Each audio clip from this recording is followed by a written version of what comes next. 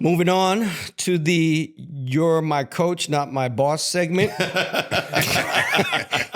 Mike Brown goes to the Knicks. Yeah. Jordan Ott goes to the Suns. Mitch Johnson goes to the Spurs. Which one of these coaches has the most to prove with these squads? I'll start with you, Byron. You know who I think it is? I think it's Mike Brown. Yeah.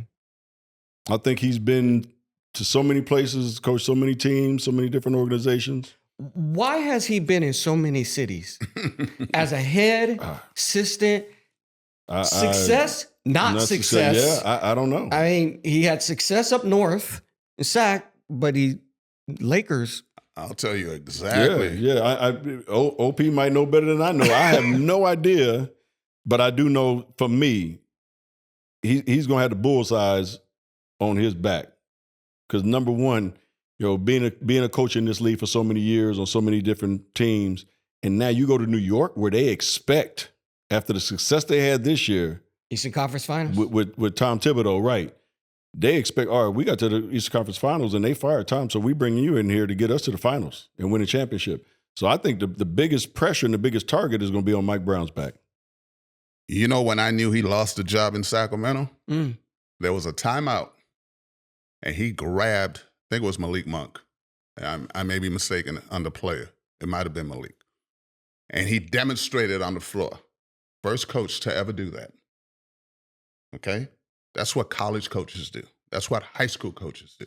You don't demonstrate with an NBA player on the floor during a timeout. Okay? That's number one. I believe in that moment, he lost that team. Because they're like, yo, dude, we don't want to hear all that, man. Yeah. We're NBA players. Now you go to New York, the number one market, you're going to have to deviate from everything you've done. You're going to have to change everything about your style to fit that. I don't believe he can. And so to me, that's going to be an issue. And those guys, they're who they are. They fired the guy who got him. Got him to the Eastern Conference Finals.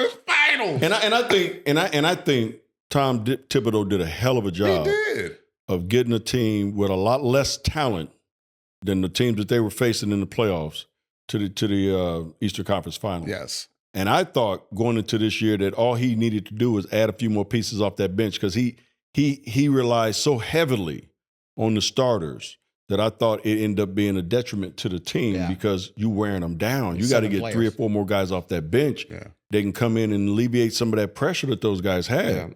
Yeah. When you fire him and you bring in somebody else, basically you're saying, look, we got to the Eastern Conference Final with Thibodeau. We expect to get to the NBA Finals this year. And Mike's going to play more players. Yeah. But how are they going to handle it now when they're getting pulled? Yeah. Yeah. Did you have a different coach or you say it's Mike Brown as well? I believe it's Mike Brown only because of the market. The fact that he's coaching the Knicks. The other guys, I don't even know their damn names. You were saying, I'm like, who the hell is this guy? David Alderman? I know who Alderman is. Okay. Yeah, of course. I know Little Alderman. But the other ones, I'm like, when they sneak them in? NBA is good at that, man. They will sneak them suckers in on you, man. I'm like, wow. And I still can't get a damn job. All right, we're gonna get you guys out of here on this. This is kind of like a rapid fire, so you can just give me a one answer if it feels. If you want to elaborate, you can. We got to get out of here. So Knicks, we just talked about the Knicks. How much pressure to make the finals? I think they have the most pressure in the Eastern Conference. From 0 to 10, 77. Thank you for watching Byron Scott's Fast Break. If you like what you saw, here's some more videos. And while you're at it, don't forget to like, comment, and subscribe.